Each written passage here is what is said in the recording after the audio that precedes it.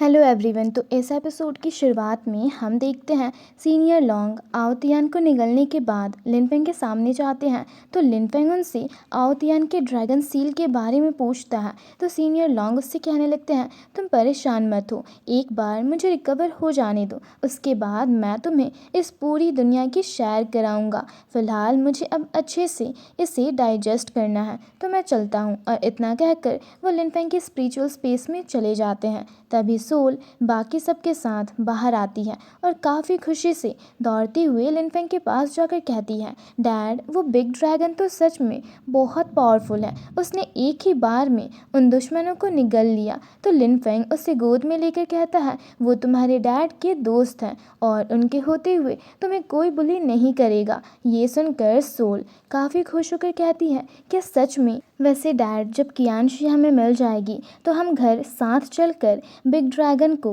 Huangfu family को भी निगल जाने को कहेंगे। ये सुनकर जिन शाओयू और शाओजियो के डैड चौंक जाते हैं और जिन शाओयू वहाँ से भागने की कोशिश करता है। तो लिनफेंग सोल को नीचे उतार कर शाओतियान के साथ जाकर खेलने को कहता है और एक ही अटैक में जिन शाओयू को जान से मार देता है। ये देख शाओजियो के डैड डर कर लिनफेंग से माफ़ी मांगने लगते हैं। तो लिनफेंग कहता है, तुमने इतने सारे गलत काम किए हैं कि तुम माफ़ी के लायक भी नहीं हो।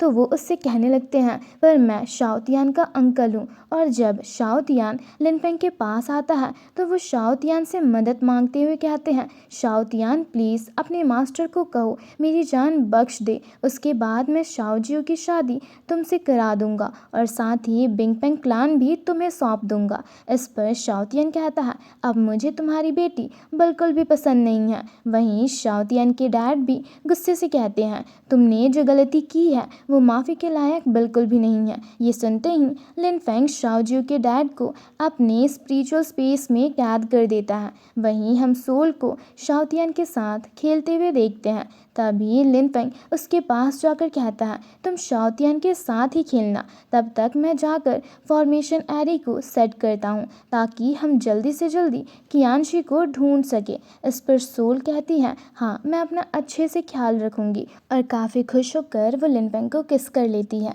तो फिर लिनफेंग सोचने लगता है कि मुझे हेवनली सीक्रेट फॉर्मेशन को क्रिएट करने में एटलीस्ट 2 दिन तो लगेंगे ही। तो कियांशी, तुम बस इंतज़ार करो, मैं जल्दी ही तुम्हें लेने आऊँगा। वहीं दूसरी ओर हम कियांशु को बेहोश एक फर्नेस में देखते हैं, जिसे नीदर बर्ड क्लान के मेंबर्स रिफाइन करने की कोशिश करते हुए उस पर अपनी पावर्स का यूज़ करते हैं और एक बड़े से मैजिकल हैंड के ज़रिए उस पर अटैक करते हैं। लेकिन तभी कियांशी के बॉडी से एक स्ट्रॉन्ग फ्लेमिंग एनर्जी बाहर निकलकर ऊपर की ओर जाने लगती है, जिससे उनका मैजिकल हैंड डिस्ट्रॉय हो जाता है। साथ ही उन्हें कियांशी के फ्लेमिंग ऑरा से बचने के लिए अपने चारों ओर एक शील्ड एक्टिवेट करना पड़ता है। लेकिन कियांशी की फ्लेमिंग एनर्जी इतनी पावरफुल होती है कि उन लोगों का शील्ड भी टूट जाता है, जिससे वो सब दूर जा गिरती है और घायल होती है। जिसमें से उनकी लीडर शिन यूलान काफ़ी हैरान होकर कहती है,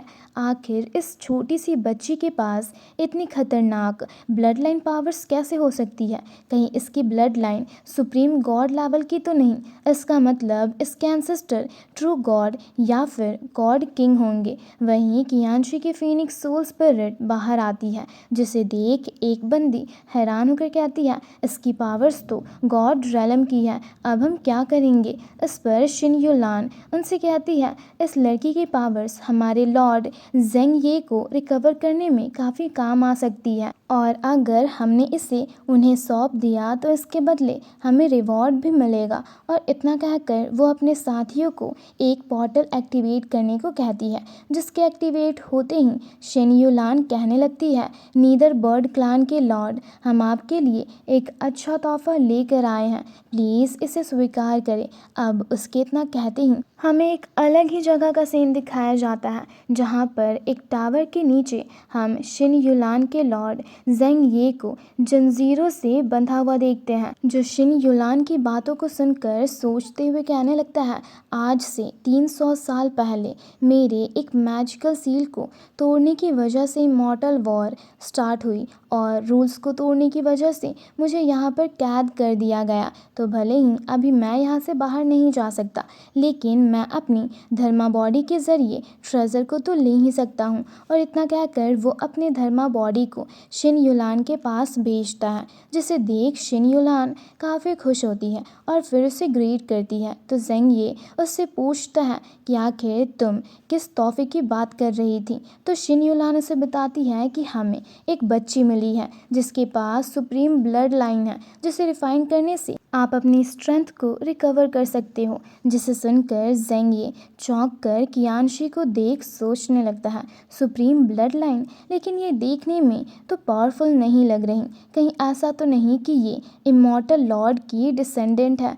पर अगर इसके पास सुप्रीम ब्लड लाइन है तो इसकी मदद से मैं अपनी स्ट्रेंथ को रिस्टोर कर सकता हूँ और इन जंजीरों से आज़ाद हो सकता हूँ। और इतना कहकर वो एक बड़े से मैजिकल हैंड के ज़रिए कियानशी को पकड़ने जाता है, तो उसका फीनिक्स सोल स्पिरिट उस पर अटैक करके उसे रोकने लगता है। ये देख शिन युलान हैरान होती है। तभी कियानशी का फीनिक्स सोल स्पिरिट काफ़ी आसानी से जेंग ये के मैजिकल हैंड को डिस्ट्रॉय करके उसके धर्मा बॉडी को भी डिस्ट्रॉय कर देता है। ये देख शिन युलान चौंक कर कहती है, इस लड़की के फीनिक्स सोल स्पिरिट ने लॉर्ड जेंग ये के धर्मा बॉडी तक को डिस्ट्रॉय कर दिया। आखिर इस बच्ची की ओरिजिन क्या है। वहीं दूसरी ओर से जेंग ये भी ये सब देख मुस्कुराते हुए कहता है, ये तो सच में काफ़ी मज़ेदार है। अगर मैंने इसे हासिल कर लिया तो ये मेरे काफ़ी काम आ सकती है। वहीं दूसरी तरफ हम लिनफेंग को देखते हैं, जो फाइनली हेवनली सीक्रेट रलम के फॉर्मेशन एरी को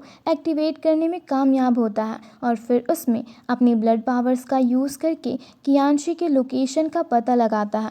तो कियानशी उसे एक अलग ही दुनिया में कैद दिखती है। साथ ही वो जेंग ये को कियानशी पर अटैक करते हुए भी देख लेता है और चौंक कर कहता है, गॉड रलम का पावरफुल बंदा। तो सीनियर लॉन्ग बाहर आकर उससे बताते हैं कि वो दूसरी दुनिया का है, जल्दी यहाँ से कियानशी को बचाने के लिए निकलो।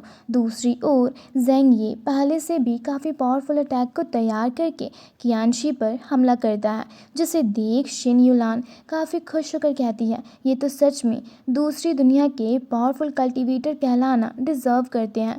पर तभी लिनफेंग वहाँ आकर अपने इमॉर्टल स्पिरिट स्वॉर्ड की मदद से जेंग ये के अटैक को डिस्ट्रॉय करता है। तो एक स्ट्रॉन्ग ऑरा रिलीज होती है, जिसे देख शिन युलान हैरान होकर कहती है, इतनी खतरनाक स्वॉर्ड एनर्जी। वहीं दूसरी तरफ जेंग ये की धर्मा बॉडी ने लिनफेंग के इमॉर्टल स्वॉर्ड को पकड़ रखा होता है और काफ़ी गुस्से से लिनफेंग से कहता है, तुम मुझे रोकना चाहते हो।